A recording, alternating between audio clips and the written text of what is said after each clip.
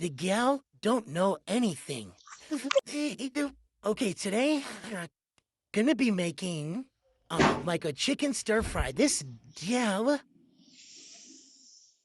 So here I have my broccoli washed. Next, wash this rice. Here, I'm washing the rice. So the vegetables are cut up. Then I have my vegetables here.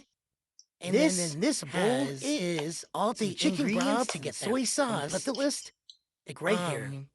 Marion, the garlic goes in that thing. The sauce. Okay. Now to add this to this.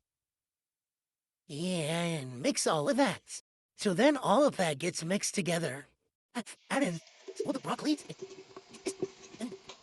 Yeah. Must have said thing because she washed this rice that it is gonna be good, but we've seen.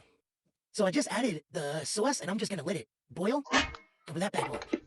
Okay, so this is the finished product. I'm about to put it over my rice and yeah. So this is the plated product.